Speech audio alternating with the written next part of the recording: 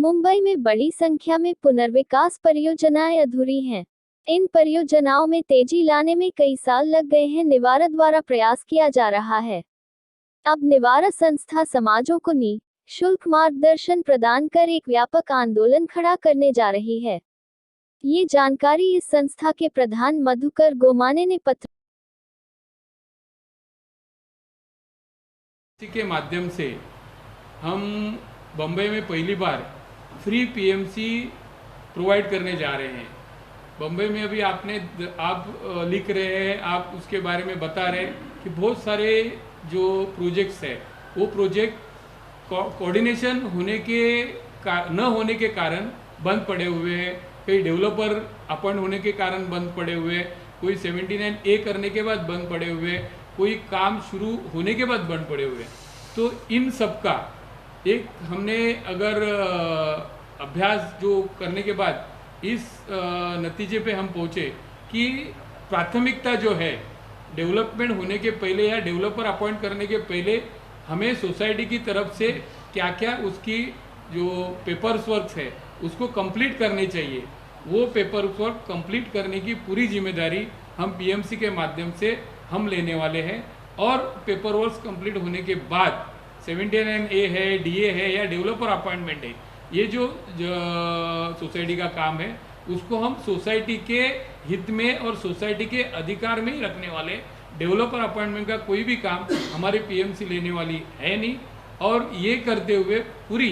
यानी जो सोसाइटी के लोग हैं, जो सोसाइटी के मेंबर्स है, ये उनका अधिकार उनको दे के ये प्रोजेक्ट यानी पीएमसी के माध्यम से हम आगे काम करने वाले हैं। सर, इसमें अभी तक मुंबई में कितने प्रोजेक्ट आपने देखे जो अटके पड़े हैं, तो क्या वजह होती है उसके अटके पड़ने की? बम्बई में अभी तक हमने जो पूरा अभ्यास किया है उस अभ्यास में रीडेवलपमेंट में 50% से प्रोजेक्ट जो अभी तक है वो इसी कारण अटके पड़े हुए हैं। उसका मेन सब्जेक्ट ये है कि सोसाइटी एक बार डेवलपर के साथ एग्रीमेंट करने के बाद उनको पता नहीं चलता है कि हमारे प्लॉट पे फिजिबिलिटी आने के बाद जो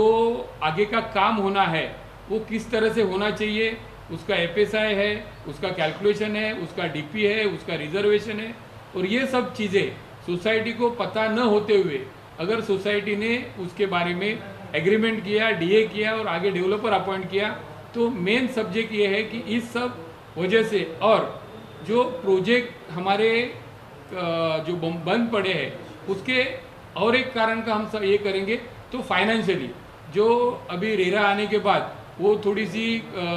शासन के माध्यम से उसको अभी हमने यानी शासन ने रेरा के वजह से अभी फाइनेंशियली फिजिबिलिटी ठीक है, लेकिन इसके पहले जो प्रोजेक्ट हुए और जो बंद पड़े हैं वो मेजर एक तो ये टेक्निकल प्रॉब्लम और दूसरा डेवलपर का फाइनेंशियली प्रॉब्लम, ये दो चीज़ से काफ़ी प्रोजेक्ट बंद पड़े हुए हैं। सर, ये मराठी संघटना कितनी ज़्यादा अभी निवारा जो संस्था है वो पिछली 15 साल पहले रजिस्टर हुई है और उसके निवारा संस्था के माध्यम से जो भी जन सुविधाएं हैं और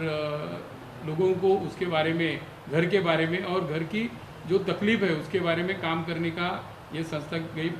पिछले 15 साल से काम कर रही है। लेकिन वो करते हुए अभी जो शासन और इसके डेवलपमेंट के अंदर हमें कुछ एक पर्याप्त या रजिस्टर फर्म होना ज़रूरी था, इसलिए ये निवारा प्रोजेक्ट मैनेजमेंट कंसल्टेंसी हमने लास्ट 1 साल पहले स्थापन की। उसकी रेरा में रजिस्ट्रेशन किया, उसका उद्यम में रजिस्ट्रेशन किया और ये कंपनी आज हमने चालू की है। क्या उद्देश्य बनाया है? इनका मुख्य उद्देश्य ये है इस पीएमसी का कि आज हमने देखा है कि मुंबई में और महाराष्ट्र में जहाँ डेवलपमेंट होती है उस डेवलपमेंट में पीएमसी का काम बहुत अहम रहता है। यानी डेवलपर और डेवलपमेंट, अगर रीडेवलपमेंट के हिसाब से हम अगर बात करेंगे तो रीडेवलपमेंट में जो लोग हैं और डेवलपर है इनके बीच का सबसे बड़ा काम दोनों को अंडरस्टैंड करके ये काम पूरा करने के लिए पीएमसी की ज़रूरत होती है। तो इस पीएमसी का हमारा माध्यम ये है कि कोई भी सोसाइटी है, हाउसिंग सोसाइटी है या प्रोजेक्ट है, उसको रीडेवलपमेंट में जाने से पहले उसकी प्राथमिकता उस प्रोजेक्ट की, उस भूखंड की, उस जगह की और उनके जो गवर्नमेंट के रिकॉर्ड में जो पेपर वर्क है उसकी जानकारी देके ये प्रोजेक्ट अच्छे से अच्छे तरीके से शुरू होके जल्द से जल्द कंप्लीट हो, उसका कोई उसमें रुकावट ना आए, इस माध्यम से हमने ये कंपनी स्टार्ट की है। सर मराठी में हमारी संस्था फिलहाल तो नई है, जो आते हैं हमने बहुत सारे किए हुए हैं, तो एग्जैक्ट नंबर देना आज के तारीख में मुश्किल है, निकालना पड़ेगा, मगर बहुत सारे लोग आते हैं, हम लोग देते, क्योंकि वो क्या एडवाइस होता है, वो 15 मिनट 20 मिनट में एडवाइस लेके निकल जाते हैं। तो बहुत सारे प्रोजेक्ट्स हैं जिन्होंने हमने काफ़ी बिल्डरों के साथ में मिलके कोऑर्डिनेट करके, भाई कहाँ प्रॉब्लम है, क्या है, दोनों पार्टी में मिलके हमने बहुत जगह हमने इशू सॉल्व करने का ट्राई तो बहुत जगह किया है, मगर अभी ऐसी होती है कि बिल्डर के पास फाइनेंशियल पोजीशन ही नहीं होती है, तो सब एक दूसरे के साथ में आने के बावजूद भी अभी मराठी में बोलते हैं हम लोग कि सब कुछ आप कर सकते हैं, तो पैशाचं सोंग आणता येत नाही। तो पैसे की जो जब तक मामला आता है वो बिल्डर का काम होता है, तो वो मामले में कठिनाई आती है, तो वो मामले में कैसे सॉल्व करना है, अगर बिल्डर अगर कोई उस हिसाब से हमको अगर कोऑपरेट करता है तो उसके बारे में भी हम लोग सजेस्ट करते हैं और कर रहे हैं। सर निवारक तर्फे किती अशा लीगल ॲडवाईस ये जो आपने कहा कि जो कोर्ट में जो समय लगता है, जो देरी होती है, वो जो देरी होती है वो हमेशा अभी टेक्निकल रीजंस है, अदालत के अपने अपने काम होते हैं और अदालत में इतनी ज़्यादा केसेस पेंडिंग है कि कोर्ट को समय नहीं मिलता। कोर्ट टाइम पे ही जितना टाइम है कि दिन का उतना ही टाइम काम करेगा, उससे ज़्यादा करेगा नहीं। उसमें इंटरिम ऑर्डर होती है, रुका हुआ होता है। हम लोग सिर्फ इतना करेंगे कि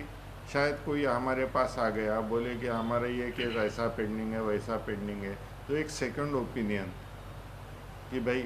ये इसमें क्या हो सकता है, भाई तुम्हारा केस बराबर जा रहा है, ठीक तरह से जा रहा है, नहीं जा रहा है, कोई और जगह तुमको और कोई रास्ता है, क्या है, अभी लोक अदालत में जा सकते हैं, नहीं जा सकते हैं, या और कोई तरीका कानून का हम लोग वो अगर बता सकते हैं तो हम लोग वो मामले में आपको एडवाइस करेंगे, गाइडलाइन दे देंगे, गाइड करेंगे। सर अभी कंस्ट्रक्शन कॉस्ट बढ़ने का कोई भी इशू प्रोजेक्ट पे कोई इफेक्ट नहीं करता है, क्योंकि जब भी कैलकुलेशन जो फिजिबिलिटी कैलकुलेशन होता है उस वक्त जो हाई रेट जो 15 to 20% हाई रेस्ट, अभी मुझे पता है कि मैं आज के तारीख में कैलकुलेट कर रहा हूँ, तो सबको पता है कि 2 साल या 3 साल के बाद ये बिल्डिंग कंप्लीट होने वाली है, तो उस टाइम का कैलकुलेट करके ही फिजिबिलिटी बनाते हैं। और जो इसमें ये कोई इशू नहीं, नॉर्मली जो डेवलपमेंट हो या स्लम हो जिसमें होता है वो नॉर्मली फिजिबिलिटी की वजह से या और टेक्निकली कोई इश्यूज आता है उसके वजह से डिले होता है। कंस्ट्रक्शन कॉस्ट कोई इशू नहीं होता है इसमें प्रोजेक्ट इफेक्ट होने का।